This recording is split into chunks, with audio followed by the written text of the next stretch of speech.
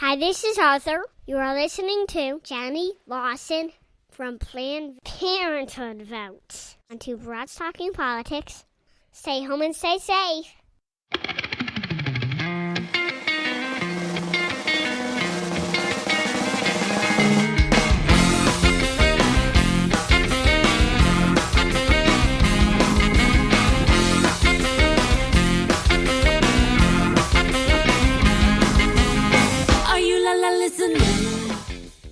Hi, everyone. This is Kelly Pollack with Two Broads Talking Politics, part of the Demcast family of podcasts. And the other broad joining me today is Jenny Lawson, who is the Executive Director of Planned Parenthood Votes. Hi, Jenny. Hi. Thank you so much for having me. Yes, thanks for joining me. I wonder if maybe we could start with just explaining a little bit about what Planned Parenthood Votes is and what that particular arm of the organization does. Absolutely. So I'm the executive director of Planned Parenthood Votes, as you said, and our mission is to elect champions for reproductive health and rights to office, because healthcare rights mean absolutely nothing if access to that healthcare is non-existent or under attack. That's what Planned Parenthood Votes does as part of the organization. And our mission is to elect those champions and make sure that our Planned Parenthood affiliates who are across the country are able to provide the healthcare and basic reproductive health services that are so essential to communities. So I like people to sort of get a sense for how people get into jobs like this. So tell me a little bit about yourself and your background and how long you've been executive director. Yeah. So I started at Planned Parenthood Action Fund Votes in the middle of 2012. So I've been with the organization for about 8 years. I've been the executive director for about a year or so. And prior to that, I was the national campaign director. So I have a number of election cycles under my belt in the Planned Parenthood Votes Pink. Prior to that, I did election work and coalition building in Virginia, in Florida during those election cycles, but also thinking about legislative fights and working with grassroots community organizations to make their voice heard. I started doing community organizing in 2000 in Washington State and then moved to Florida and really cut my teeth bringing working families together in their communities to fight for basic services, from everything from a stop sign to more services at schools, to doing voter registration, to increasing the minimum wage. So that's where my activism started, and then really started about 8 years ago, like I said, at Planned Parenthood Action Fund and Votes, honing my skills in the political department, but also waging battle with our local political and advocacy organizations in states where we've faced unprecedented attacks from anti-abortion politicians. And it's really been 8 years of fighting people who want to take away our rights. And we have spent a lot of time building the capacity in the states that we're going to be in now to mobilize an electorate that is needed more now than ever. So let's start with some of the good news. Tell me a little bit about what the 2018 and 2019 election cycles tell us about, the views of the electorate, what might be possible. So 2018 was amazing. 2018 really showed, with unprecedented turnout, how passionate folks felt about electing reproductive rights champions and champions for communities and healthcare. And the fact that we were able to deliver decisive victories in states like Michigan, in states like Wisconsin, in those governor's races, and even pre-2019 and after 2019, really taking back Virginia for reproductive rights champions and champions of healthcare. People are excited. They are with us, and they know that their rights are on the line. They know that the stakes have never really been higher. And it really is a testament to the arc of all the activism that started after Trump got elected in 2016, and the women's marches and the energy that we saw in 2018 was unbelievable. We saw this extended to some off-year elections, right, in 2019 in Kentucky and Virginia, where the energy and the turnout was out the roof. And folks, despite Republican and GOP talking points that tried to really use abortion as a weapon in those races, voters unequivocally elected champions to office that now are doing amazing work in their legislatures to expand access to healthcare, to repeal laws that undo the bad work that had happened for such a long time. And that is in Kentucky and Virginia. And we're so proud of that. So we're actually very hopeful and positive and excited to enter into this election cycle. Okay, so the electorate and the election cycle are the good news, but it feels like since the beginning of this particular pandemic crisis that we find ourselves in, that some state governments are using this as a chance to really attack reproductive health care, in ways that's sort of unconscionable. So tell me some of what is happening right now, the ways that state governments, state legislatures are taking advantage of a crisis moment when people aren't paying as much attention. Yeah, you said it perfectly. Right now, anti-abortion politicians are using this pandemic to play politics with our health. First thing I want to say, and I think your listeners and you probably know that, especially I'm a mother, you're a mother. I think anybody who understands reproductive health care understands that abortion is an essential, time-sensitive medical procedure and that reproductive rights are essential. And we have a number of states across the country led by GOP governors who are seeking to stop those services from happening in the name of the pandemic, and it's unconscionable. So Planned Parenthood Federation of America and some partners have filed lawsuits in Texas, in Ohio, other states, Louisiana, Tennessee, there's about 9 of them, to stop this from happening. People are just trying to survive this crisis. Women are trying to survive, and politicians are trying to take away their health care, and it's horrifying. And fortunately, in many of these states, the lawsuits have really been successful. And abortion is still accessible, and we're continuing to fight, but it really truly is a moving target. And it is terrible that patients are having to navigate in this time of healthcare crisis. They're having to, on a daily basis, navigate a moving target in a state like Texas. One thing that I think a lot of us have been struggling a lot with is how we organize right now, how we fight back right now.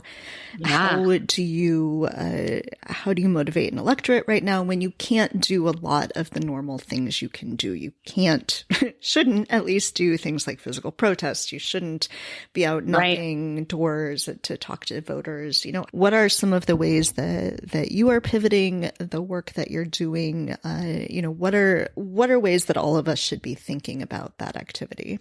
Oh, absolutely. And, I think there's a number of things that are really important in this moment. So let me talk about 4 different things that I want folks to think about.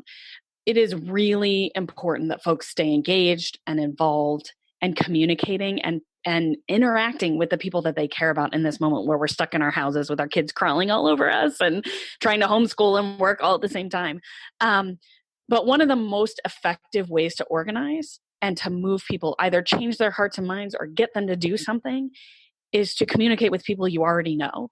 So talking to your friends and your family and your circle of people, whether it be on the phone or on Zoom or Skype or texting or TikTok or any of the things, right?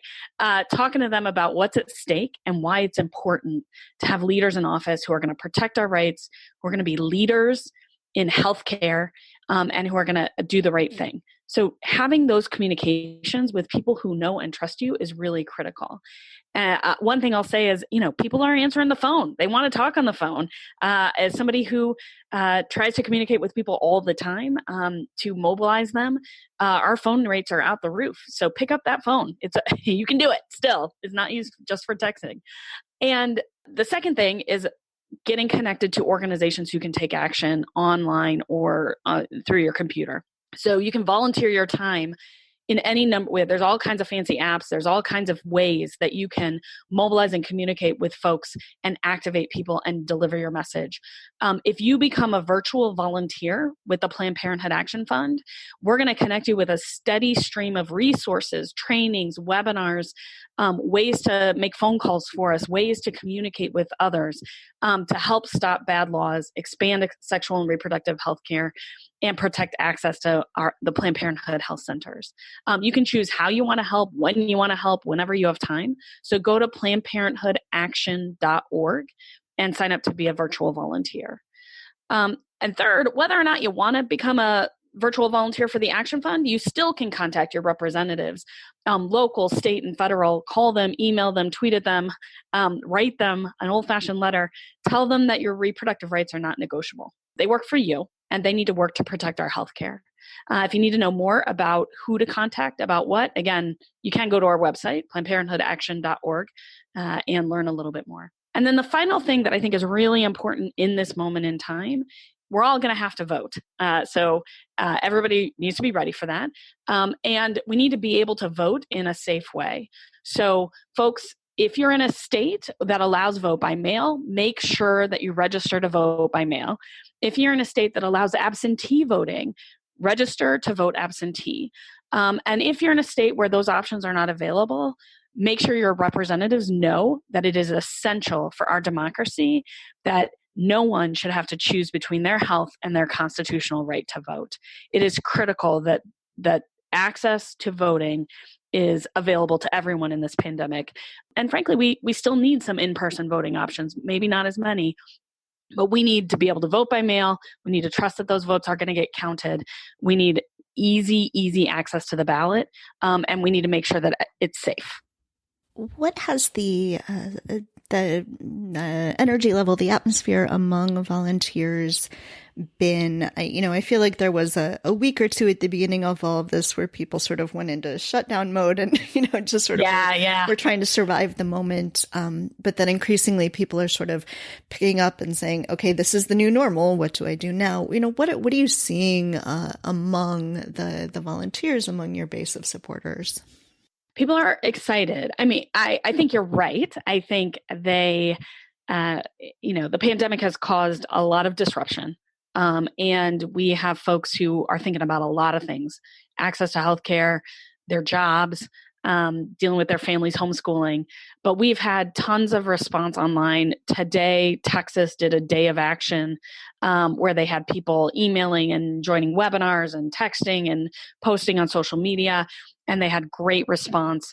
We've held a number of trainings for volunteers on a weekly basis, a webinar base, introducing Zoom to them and other tools like Outvote, which is one of the tools we're using to enable people to connect to each other and track that work to make sure that we're talking to everybody that we need to talk to and communicating with them the right way.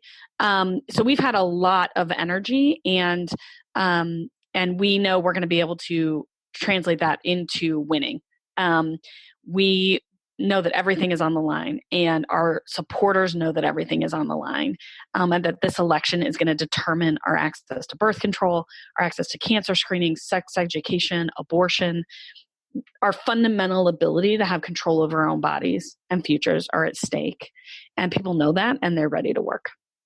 What is the messaging that you would recommend right now? It seems like a lot of what's going on in this crisis moment is sort of really laying bare a lot of inequality in medical care, in housing, in all sorts of different areas. How do we sort of take that, what that is showing us and highlighting for us, and use it to really demonstrate which politicians, which elected officials are looking out for the best interest of people? Yeah. This is bigger than just one race. I mean, we talk about wanting to unelect Trump, and we do want to unelect Trump. He's a bad leader. He's not risen to the occasion. He is not being the leader we need in this moment.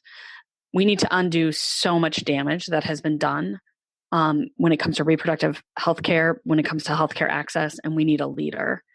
And they've been, the Trump administration and his allies So not just him, but other folks have been attacking the public health infrastructure for years. And we're seeing the consequences so acutely right now. We need leaders who are going to get us into a dramatically new space in healthcare. The Trump administration is still suing to repeal the ACA in the middle of this pandemic. It's unacceptable. And we need champions for healthcare like we've never had before. They are going to have such a job to do to get us back on track as a country. And this election could not be more critical. So I want to switch gears just for a second and ask you, you mentioned you're a mother, I'm a mother. What has been sort of your personal way of dealing with all of this, getting through all of this? Do you have words of advice for other working moms or questions you want to ask other working moms about how to get through? Yeah. Anybody has any advice? I am all ears. I tell you. We're giving ourselves a lot of grace over here in this household. We do what it takes to get through every day. I'm fortunate. I feel like I'm blessed, honestly, that I have 3 kids. One's 11, one's 8, one's 4. And the 11-year-old is stepping up in amazing ways and helping and watching the 4-year-old while mommy works and while daddy works. And I feel so grateful for that. I think I have bought out the craft supply store. And turns out we don't need any of that. We just need cardboard boxes because they've turned all that into art. So my house looks a little like a recycling factory. I think the other thing we've done is we've gotten outside every day, sometimes taking a step away from the computer and the news and just breathing in fresh air. And so I'm also thanking my stars. You may not be so lucky. You may be snowed in on right now in Chicago, but yes, we are. Yeah, it's getting nicer here. So hopefully, knock on wood, the spring's coming. But I think we are giving ourselves grace. And, good enough is good enough right now. And we're going to get through this. I think the health of my family, the health of my neighbors, the health of my parents, and the health of our community is what's important. And we got to get through this because we need to, we really truly need to make sure that every single person has access to healthcare regardless of their income or zip code. And so me staying home and me doing my job will help us get to a place where we can win this election and make sure that healthcare and abortion and birth control is a reality for everyone and not just a matter of where you live. It's so important. I mean, this healthcare crisis has really shown us the inequities of care, shown us which communities are suffering and are the most close to crisis.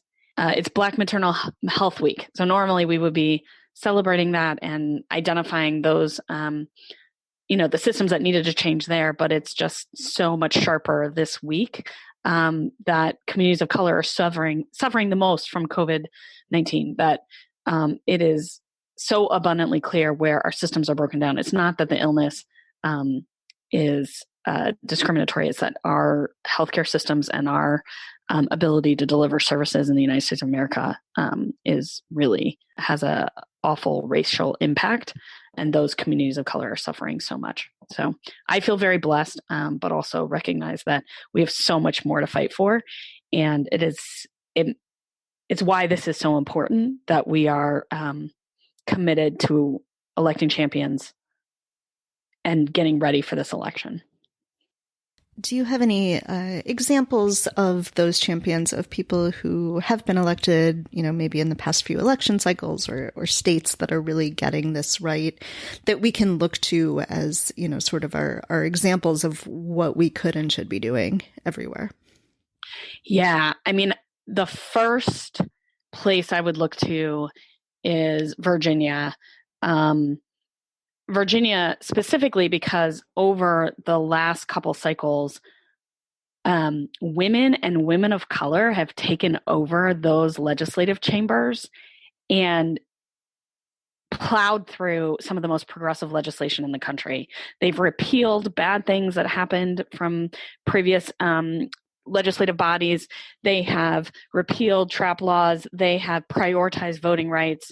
Virginia, when they flipped the House finally, and remembering that 2 years prior they'd lost it by a coin toss, shockingly, it was because women and women of color ran in races all across those states and took control and focused the legislature on things that mattered, things that have been bottlenecked for years.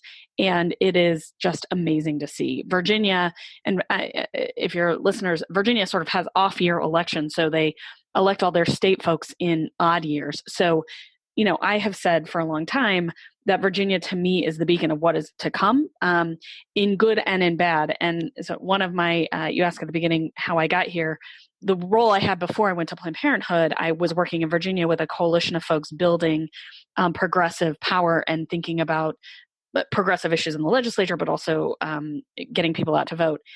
I was 8 months pregnant, I think, with my second kid. And I was not working for Planned Parenthood, but I was working for this organization. And there was a trap law that was being promoted by the governor and the attorney general, Ken Cuccinelli at the time. And I joined a protest with my colleagues with a black mask. We all stood and lined the pathways to the Capitol to object to this law that was a law that was going to, it was the transvaginal ultrasound, sorry. It was the transvaginal ultrasound bill that was going to demand that women have a transvaginal ultrasound before an abortion. So 8 months pregnant, I stood there protesting that with thousands of people. And that was 8 years ago. And we've worked every cycle since then in Virginia with those same partners in those states to incrementally gain back power. And this time, we did it and we got back those chambers. And I have an 8-year-old daughter who I can point to and say, you were in my belly when we protested that law. And they just repealed all the bad stuff. And it was a year before the 2020 election. So I just think Virginia is, if we win, if progressives win, if people who are going to support and be champions to healthcare win, governing the example that Virginia has set in how you govern and how you expand access, not just to healthcare, but to voting and to other issues is just, that's the state I want to live in, So Virginia is what I would look to.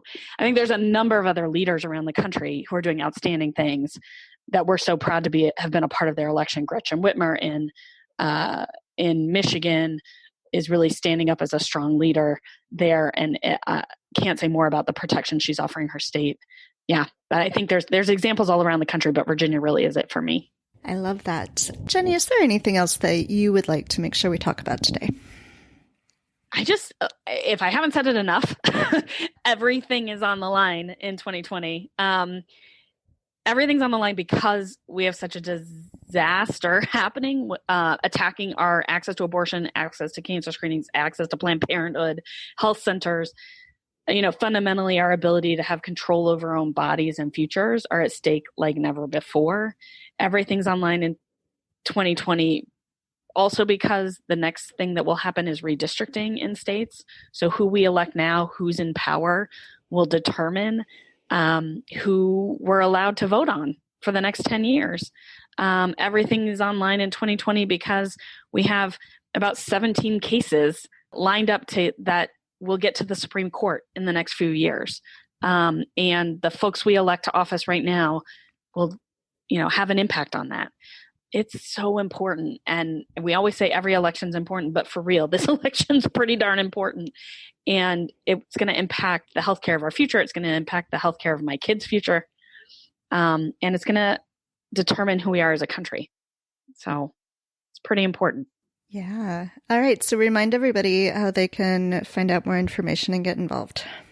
Right. So you can go to PlannedParenthoodAction.org and you can sign up to be a volunteer. You can get information. You can find out who your local, state, and federal officials are. So you can email them, PlannedParenthoodAction.org. All right. Excellent. Well, Jenny, thank you so much for joining me on the podcast today. I am, yes, in fact, snowed in here in Chicago. And someday we'll once again get to take my kids outside. And it was really great to talk to you, and I hope that everyone is extending the grace to themselves that you mentioned earlier, and that everyone is staying home and saving lives. Oh, yes. Thank you. I really enjoyed the conversation. Thank you so much. Thank you for listening to Two Broads Talking Politics, part of the Dimcast Podcast Network. Our theme song is called Are You Listening? Off of the album Elephant Shaped Trees by the band Immunuri, and we're using it with permission of the band. Our logo and other original artwork is by Matthew Weflin and was created for use by this podcast. You can contact us at twobroadstalkingpolitics@gmail.com or on Twitter or Facebook at Two Broads Talk. You can find all of our episodes at twobroadstalkingpolitics.com or anywhere podcasts are found.